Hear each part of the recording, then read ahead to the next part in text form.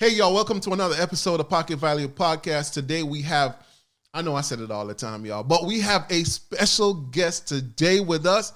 His name is Jonathan Sherless. Look, he's the owner and operator of Top Level Transportation. And look, he's doing his thing, y'all. I mean, I'm watching this man.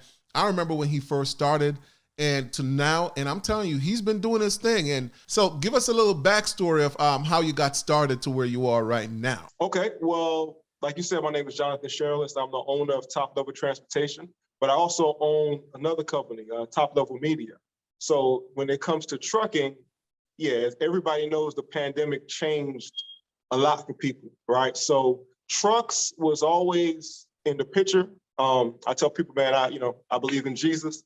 And, I felt that God was taking me in that direction. So trucks was always going to happen. But the pandemic sped it up. let's say that the pandemic sped it up. So like I said, I have a wedding and event videography business. And the last wedding I filmed before the pandemic was in February 2020. And when the pandemic hit, it pretty much shut everything down. All of the events I had for that year were canceled. And so all of the events were canceled, man. And my wife and I, we also own a salon, Agape Love Hair Studios. So, the people were saying we had to shut down the salon, we had to shut everything down, everything stopped. And so instead of Netflix and chilling like a lot of people did, I used that time to study. And I just, dove right into the transportation business. Originally, I wanted to do semi-trucks, but when I found out that I didn't need a CDL for a box truck, well, let me say that right. As long as I wasn't over 10,000 pounds, I didn't need a CDL to drive a 26-foot box truck. So the box truck that I have is the biggest box truck that you can have without needing a CDL. So once I found that out, I was like, you know what, let me switch my focus over to the box trucks, and thank God that I did. And that's what's up, man. Even with the pandemic, man, I totally get where you're coming from, and I know you guys own a couple of businesses. Yes, actually, sir. Y'all own like more than 4 businesses, right? Oh, yeah, definitely 4. More than 4, but we have 4 incorporated. So we have incorporated in DBA. So we have Agape Love Hair Studios, Agape the brand, which is a Christian-based clothing line I have on the shirt right now. Top Level Media, yeah, you like that plug? Top Level Media and Top Level Transportation. But man, I'm all about the plug, y'all. Y'all go ahead and support them, y'all. I'm gonna be dropping the link to the website too. You see that? Let me plug that in. That's my baby. That's what's up, man. I'm gonna be dropping the link. People want to, get those T-shirts, man, and rock out this summer. All right, so let's start box truck for a second here. So, all right, so for newbie getting into the business, right? What are the first few steps they need to take before purchasing, a box truck? That question is easy, my brother. Finding loads, knowing what you're going to do with the equipment before you purchase the equipment. I can't tell you how many people purchase box trucks, man. They get the box truck, then it's like, all right, I got the box truck, what's next? No, you got to figure out what you're going to do, how you're going to run that box truck.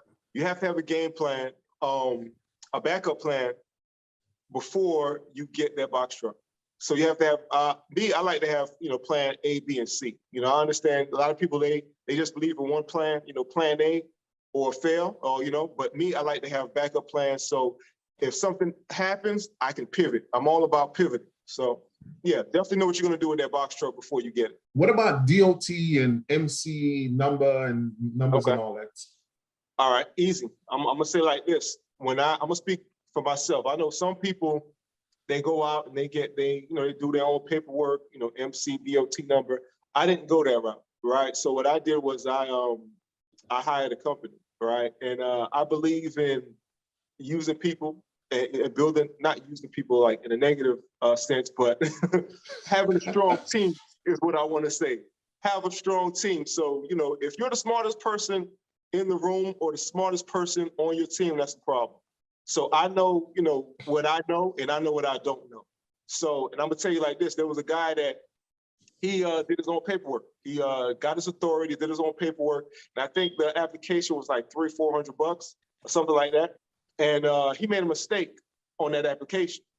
So if you make a mistake, it's not like they just gonna say, okay, here's the paperback, correct that mistake. No, he had to spend another $300 or $400 to do the application all over again because he forgot one thing on that application. So I was like, you know what? Let me go ahead and find a company, that knows what they're doing. I found a professional company, still work with them to this day. Great people. They set up everything for me. So I paid the fee and had them set that stuff up for me. That's good, man. That's good information, because a lot of people don't even know that there are people out there who are actually, doing that for others, getting everybody set up. Okay, so now we get the paperwork. I'm new in the business. We get the paperwork. And, now what year and type of truck would you recommend? Because I'm seeing so many different trucks out there, even with the rental trucks, in the rental, area. I'm seeing a lot of people with different rental trucks, and of course there are different rates. And as far as, getting the truck on the road, what year and type would you recommend? Okay, now I'm gonna speak from myself, right? Some people will tell you, don't get anything newer than 2018. You want to get like between like 2015, 2018. You want to stay in that range. I have a 2020 26-foot box truck, and I have a lease with Penske. Some people, they want to own their trucks outright, and that's great for them. But me and my business model, I love the leasing route. So like I said, I have my 26-foot 2020 box truck international. I have a lease with Penske. And the beautiful thing about my lease, and what I love about my lease, is everything's included, right? If something happens to that truck, I could take it back to Penske. And because I have a commercial account, they have to give me a sub. So when I bring my truck in, they have a sub waiting for me, a substitute. I drop my truck off, hop into the sub that's waiting for me, and I'm back on the road. There's no downtime for me, right? I wanted to go that route because I know if, God forbid something breaks down on that truck, it's gonna cost a pretty penny. So I said, you know what, let me try the leasing route first. And I'm gonna tell you, I started in 2020. We're in 2022, right? So I'm going on 2 years in the business. Since I've had my truck, the transmission, I had some issues with the transmission. I was able to take it to Penske. They fixed it. I didn't get a bill. I had an issue with my DEF system, took it to Penske. They fixed it. I didn't get a bill. Currently, I'm in a sub right now because my truck is in the shop. The engine, something happened with the engine, and I'm not going to get a bill. That truck has been in the shop since February 8th. They've been working on that truck, and I've been in my sub since February 8th. I haven't missed any loads. And when that engine is fixed, they're going to give me my truck back, and I'm not going to get a bill for that. So me personally, I like the leasing route. So when you lease a truck, like I said, I'm in a 2020, so you'll probably be between like a 2020 and 2022 getting into a lease. And I'm able to change my truck every 3 years. I could get a brand new truck. So the leasing route works for me. I know a guy, he was telling me that he got his box truck from the auction. So he spent $10,000, excuse me, on a box truck. And he probably had that truck for about 3-4 months. And then the engine blew on that truck. What? Yes, sir. So they told him that it was going to cost more to fix the engine than what he paid for the truck. Yeah, so I like the leasing route. And like I said, I want to tell people this. At the end of the day, you have to pick an option that works best for you. If you want to purchase a truck, you want to own it outright. I'm all about ownership. I understand. That works for you. But for me, the leasing route works for me because I'm able to scale a lot faster as well. So whenever I'm ready for my second truck, I can just go ahead and get another lease. And there's another guy I know, he went the leasing route, and he said he'll never buy a truck. He has, I think, box trucks and semis. If I'm not mistaken, that guy has like 100 trucks, and he leases all of them. And he loves the flexibility of being able to scale. God forbid anything happens, the market slows down to where nothing comes in. Like I said, God forbid. I'm not speaking that into my business. We doing good over here, right? I could take that box truck back. I can't tell you how many people I see now trying to sell their box trucks. They emptied out their 401ks. They did all this other stuff to get a box truck. They have nothing coming in, and now they're trying to sell their box truck. I could get out my lease. So I just like that flexibility of it. So, but like I said, again, whatever works for you and the way you want to run your business, that's the beautiful thing about entrepreneurship. So I'm not saying my way is the right way. Now, let's talk loads, man, because I keep seeing you on the busy, right? I mean, it's crazy. Let's talk load. How do you get loads? Man, God is great, my brother. God I is agree. great. I agree. I'm going to say this. I'm big on relationships, right? You know that me and you have known each other. And speaking of relationships, man, I just want to give you your flowers, man, right now, while you're still alive, to smell them flowers, man, because I think I met you when I was probably 16, 17 years old, man. I'm not trying to date myself, but I'm 38 now. You don't have to say your age, my brother, but I've known you for a long time. And when I say you're my brother from another mother, I mean that. And I've watched you grow from, not just being a DJ, you're one of the best DJs here in South Florida, to, doing wholesale and doing events. Now you have, Pocket Value podcast. You're killing it on social media, man. So I just want to give you your flowers, my brother, because I've seen the growth, man. And I know that anything you put your hands on, man, God's going to bless, because, you're an honest person, and, the favor of God is on your life, right? So I'm big on relationships. When I go on the load board, I know that the load board is the last resort for a lot of these brokers. The only reason they put that load on the load board is because their regular guys probably not available, or it was a last minute load and they can't find nobody to cover it. So it's like, I don't want to say playing Russian roulette, but it's like, they put it on the load board not knowing what they're going to get. When I first started in the business, I started on the load board, but I knew that I wasn't going to stay on the load board. So I'm big on relationships, like I said. So what I would do is, after I ran that load, I would send the same email or the same text message, right? So when I get information, I'm there on time, right? I'm keeping the broker updated constantly. Hey, I'm on my way to go pick up the load. ETA is between 1 and 1:30. I get there, I'm here. Let you know as soon as I'm loaded, right? When I get loaded, another thing, before that, before that load gets on your truck, let's say you have 5 or 6 pallets. I deal with palletized freight, right? That means the majority of things that I deal with is on a pallet. I have a pallet jack. So before it leaves the warehouse and gets on my truck, I inspect every single item, right? If I notice a dent, if I notice something's damaged, I take pictures, right? And let's say if I have 5 pallets and all 5 are damaged, I take pictures of all 5. I send all 5 pictures to the broker, and I have the shipper sign off on my paperwork. Hey, these pallets were damaged not caused by driver. The brokers respect that. When you treat those things like they're your own, that goes a long way. And if you keep them updated, they love that. So I keep them updated. I say, okay, I'm on my way to the receiver, drop off location. Soon as I drop off, I say, hey, I'm unloaded. Thanks again. I definitely appreciate working with you. If this is a dedicated lane, meaning if you have this lane regularly, I would love to have this lane. I would love the opportunity to earn your business. And I would send that same email, same text. So sometimes it worked, sometimes it didn't.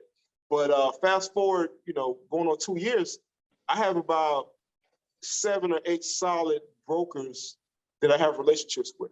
So if you're dependent on the load board right now, especially here in South Florida, it's scary, man. I have the DAT load board just to keep up with the 15-day average and see how the market looks. And I thank God, man, I have these relationships with these brokers. They call me first, and they tell me that, you're my first option. I go to you before I go anywhere else. And I thank God for that. So right now I'm getting my loads from the relationships I have with these brokers. Now, explain what a factoring, company is, and how those type of contracts work.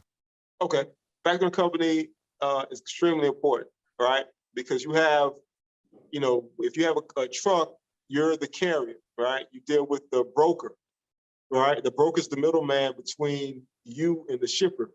The shipper is the person that has the load, that has the freight that they need moved, right? So a lot of times, these companies, these shippers, they're used to doing a net 30, paying in 30 days.